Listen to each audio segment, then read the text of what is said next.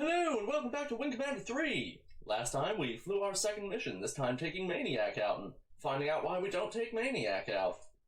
This time, I don't really remember what we're doing. Ah!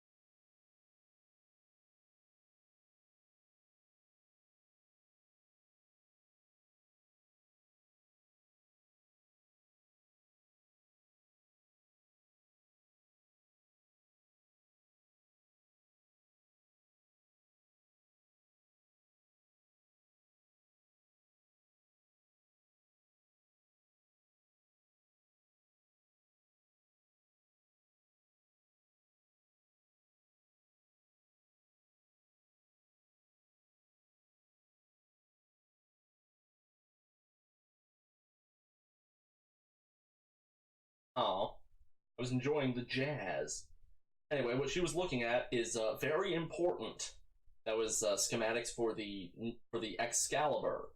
Spoiler alert, that's the best ship in the game. Also, I believe the second best ship in the entire franchise. It's really nice. Anybody in here? And no. I was actually surprised by that scene because I didn't think that happened yet. There. Here, and I guess we're moving right along.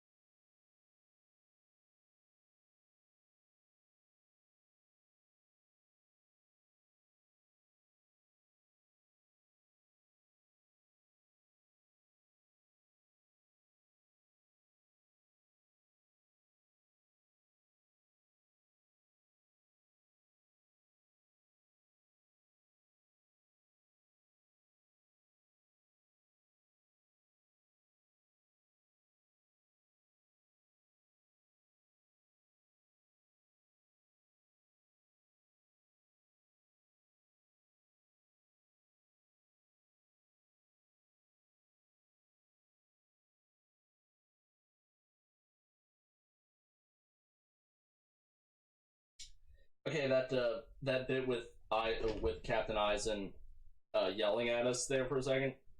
I'm not actually sure what causes that. He seems to get mad if on your second mission you take Hobbs or Maniac. I think the implication is because you're only flying with people that you previously know. Maniac has been in the series for every game, for every mainline game. There's him grabbing his dick right now.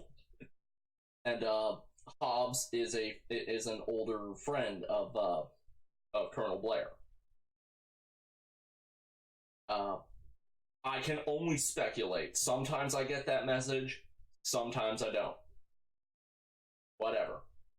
Anyway, this time we're gonna go with my next favorite, Vagabond. We're gonna cycle through everybody until we run out of people to cycle through, and then just sort of play it by ear.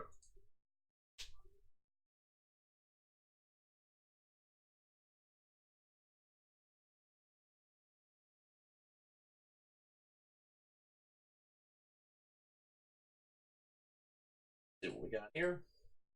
Standard fare. Set to MREX and go. Oh, and I realized after the last one I mentioned the simulator thing and then never ended up showing off what I was talking about. I will do that right away. Okay. This is something that was changed in Wing Commander 4, and I don't think they ever brought it back. The cockpit view. It's very nice, isn't it? You can see your various heads-up displays. It obscures the shit out of your vision. Get this lovely view of Mark Hamill's crotch and hands. But if you decide that you don't like this view, you can hit F1 and go into this. I don't like it, but it's an option. You can also look around you with 2, 3, and 4. Now we're moving on to something you may not be super excited about. One of the primary modes of this game. The escort missions. There's a lot of them. Luckily, they're not too bad. There's a couple that I'm not a fan of, but honestly, they're fine. I don't think this is the one that I'm dreading. I think that's the next one.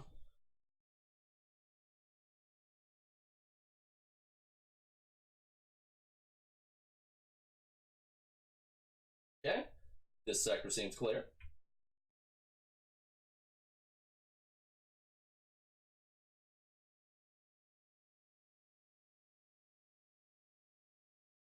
Go get him, Vagabond. You want to try to meet them a little before they actually, like, arrive, because if they get too close, they will, like, prioritize targeting the transport. And yes, you can actually fuck up and have the transport get destroyed. That's actually something that I want to talk about when I have a moment to think. I don't feel like focusing on you. Wow, he actually spoofed it. I don't think Darkettes usually do that. Whoop. Well, that explains part of my problem. I forgot to, ooh, the Drolthy! This is the mainstay fighter that you're going to be destroying most of the game. It's, the standard light fighter of the, Kilrathi army. And it's terrible! That said, it is quite nice. Like, aesthetically and such. I think the first time you could actually fly one of those was in Wing Commander 1, one of the secret mission packs. Secret Ops packs. I never played those, because I tried one, where the first mission is you have to defend some transports in the worst ship in the game up against the enemy's heaviest fighters. By the time I managed to destroy one of them, both transports were destroyed, and the rest of the enemies just kinda left. And I was hitting him almost the entire time that he was on the field. Did not like. Anyway, moving on. Yeah, I mentioned that you can fail missions in this. Believe it or not, this game actually does have multiple endings. Up to Maniac. Vagabond. This game actually does have multiple endings. 2, to be specific. There's the win the war ending, and the lose the war ending. That was fast. Yeah, that's why you want to conserve your missiles. They're amazingly powerful, but that's also why you only have a few of them. I prefer to dogfight through most things. Well, dogfight where I can. Here's going to be one of the things I have trouble with. Corvettes. Notice that it hit me like one time, and I immediately lost a shield bar. Corvettes hit like a truck, and they're covered in guns. Luckily, their range isn't very good. What's even better is if you can manage to destroy one of their turrets, it's gone. So you can just hang out on that side and shoot them forever. It's especially good to be able to do this from behind. And it's almost done, because Vagabond is a goddamn killing machine. I'm playing this careful because while I do like the arrow more than most ships, it's amazingly fragile. Like you got maybe 4 shots after you run out of shields, and then you're just gone. Anyway, now that I have a moment to focus. Oh, I'm doing badly. Okay, for there's the 2 endings: the lose the war ending and win the war ending. There's a main trigger that sets you on the lose the war path that we'll get to later. But before that, if you consistently fail enough times, you will be forced onto the lose the war path. where just you have fucked up so badly that Confed cannot possibly win. So that's actually something that the game does quite nicely. You get the feeling of scale for your actions. You really are the Confed's last greatest hope. And you know this because if you're a terrible last greatest hope, humanity loses and gets essentially exterminated. There's actually in the final mission for the Lose the Warpath is you're at Earth, like in orbit, fighting an infinite wave of Kilrathi fighters until you either die or eject. If you eject, you actually get a bonus scene where you are taken before Prince Thrakath and given a choice to. He tells you that if you submit to him and beg him to save humanity, he'll spare some of them. Or you can tell him to fuck off. If you tell him to fuck off, he tears your heart out. It's great. That's the best part of that, actually, is I'm telling you all this because I'm not going to go down that path because I'm awesome. Mostly it's just because, well, I'm going to get this LP done eventually and not have to keep replaying the game over and over. But the best part of that scene is you can actually see the like grips holding Mark Hamill up if you look closely enough. Gotta love flubs in filmmaking.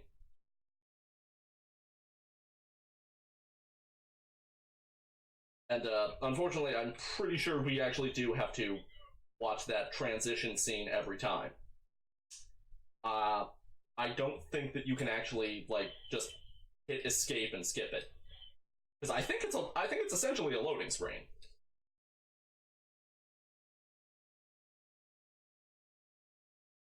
Just gonna focus a little so that I can actually get some kills this mission. I swear I usually do better than this, but talking is hard.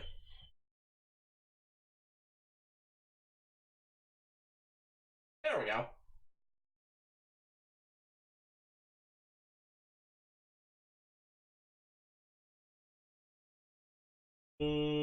Pop. Wow, he actually spoofed that.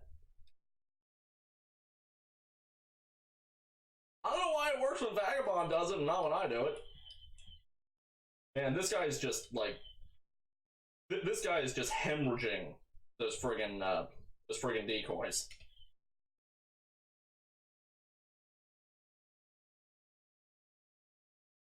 Oh, look at them all! Oh no, that was a missile. That was my missile! Awesome!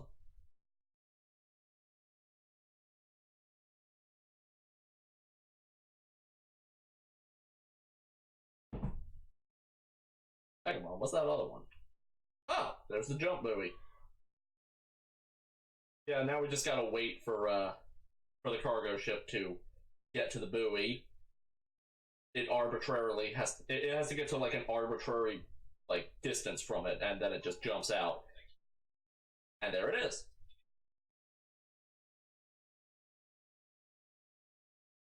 And now we're basically done. There might be a fight on the way back, but I think we just get back. Yep.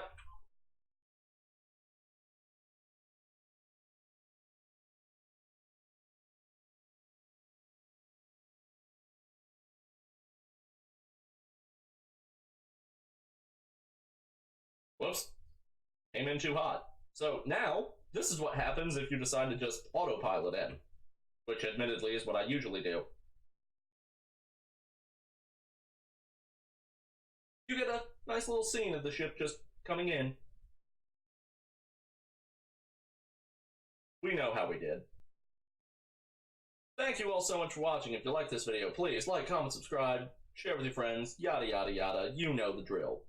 Thank you all so much for watching, and I hope to see you again next time.